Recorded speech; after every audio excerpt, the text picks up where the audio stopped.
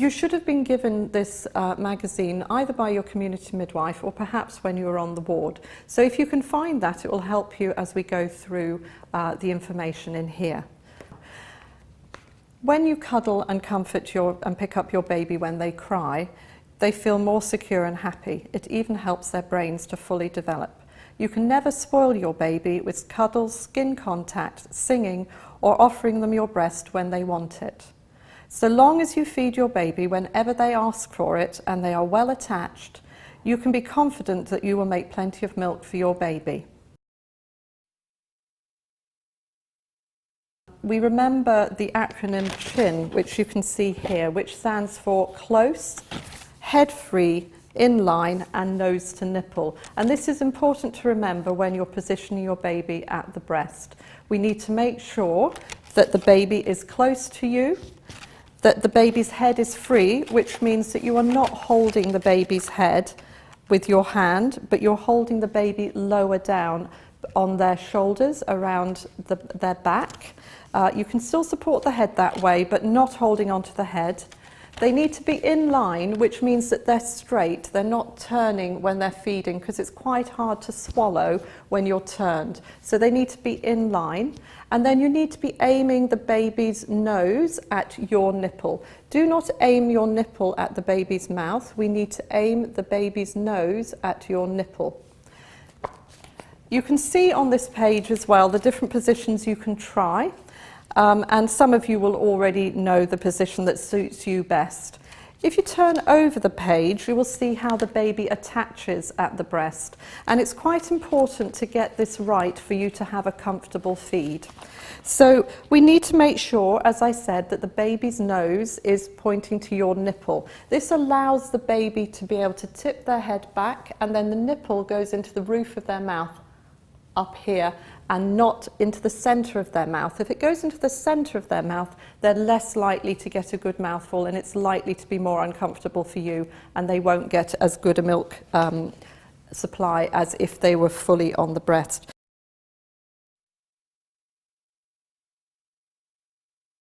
When the baby is attached well, they have a wide open mouth. You can see more of the brown above their top lip, the brown part of your breast, above their top lip. So whichever place you have them on the breast, it's always above their top lip. You can see that their cheeks are nice and full. They don't suck in. If they're sucking in, they probably haven't got a deep enough attachment. So they should be like hamster cheeks, not sucked in. Okay. And the baby starts off by doing rapid sucks, and then these go into slow, deep sucks with pauses.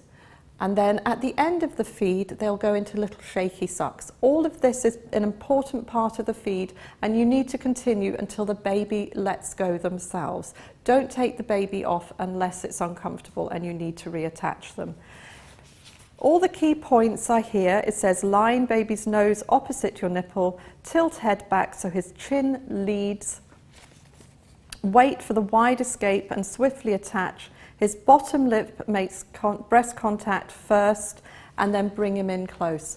We must see that chin really close onto the breast in order to know that he can get a really good attachment.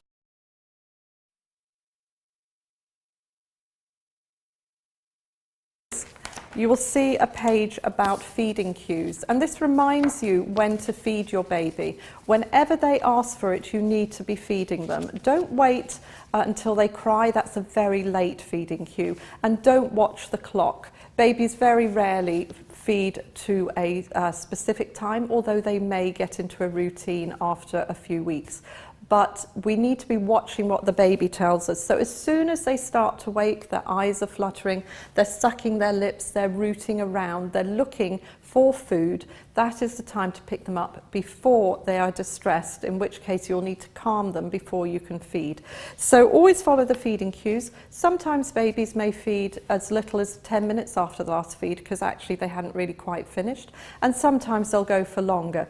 We are responding to what the baby says, and if they want to feed every hour for a little bit, often known as cluster feeding, that's fine, and then they may have a longer period later.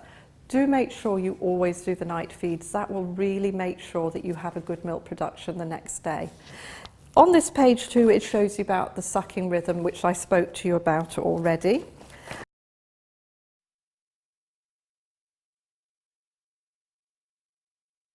The wet and dirty nappies, and this is a way of knowing whether your baby is getting enough milk. If milk is going in, things will be coming out. So on the first day, we would normally expect the baby to do at least one wet nappy.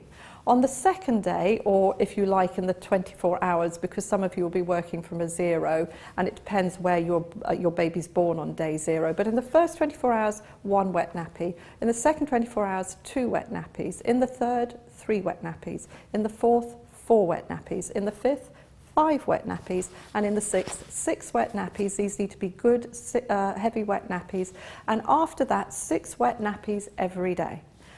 When they do their poos, it will start off as a black meconium, and we would expect 1 in the first 24 hours. If your baby hasn't done a meconium and you went home quite early from hospital, you need to let somebody know.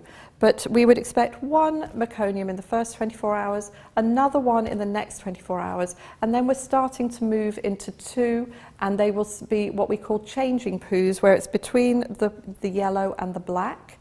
And then as your milk comes in by day 4 or 5, we would expect baby having 2 yellow poos a day, about the size of a £2 coin.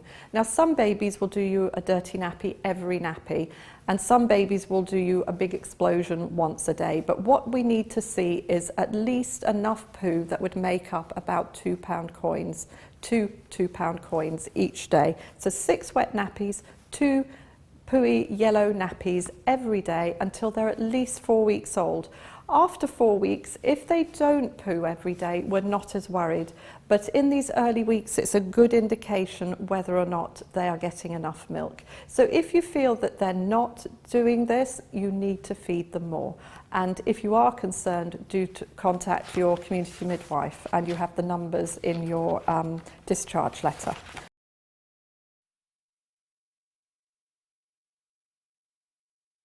You can look at the page in the magazine and see what I'm talking about in there, but we need to remember, always wash our hands before we start doing expressing, because we want to keep everything as clean as possible. If you're collecting the milk, then you need to do it into a clean or sterile container. And it may be that you're just needing to do some expression to make the breast soft enough for the baby to get onto the breast, or it may be that you just want to tempt the baby with some milk, so you're just doing a little bit of expressing.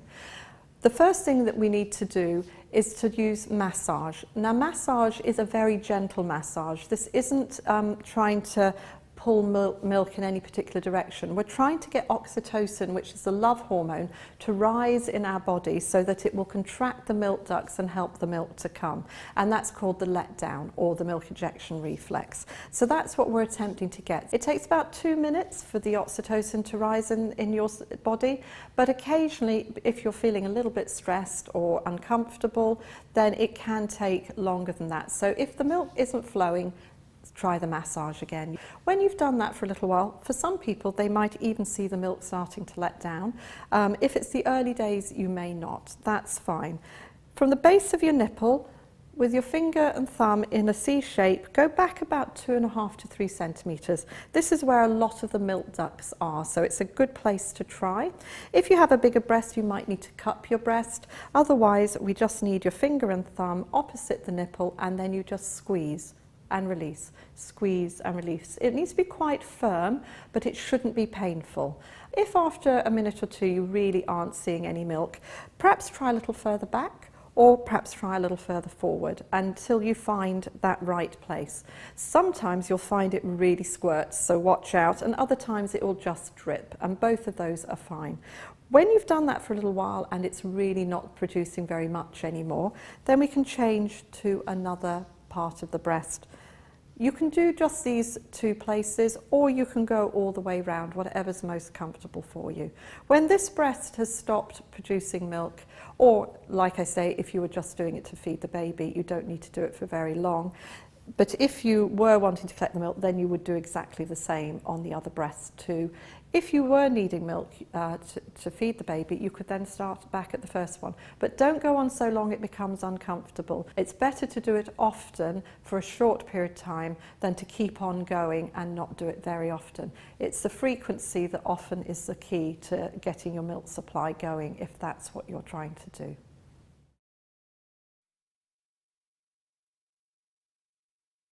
You'll find a page that gives you common problems and what you can do about it, and when you need to contact somebody for help.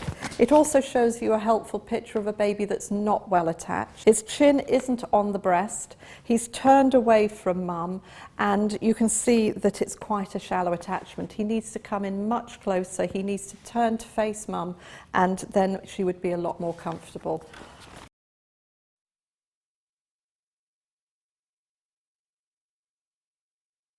On the back of the magazine you will find lots of numbers that will help you if you need to contact somebody, particularly after your discharge from the midwifery team. That's a really helpful place if you're not sure about who to contact after you've been discharged from midwifery care.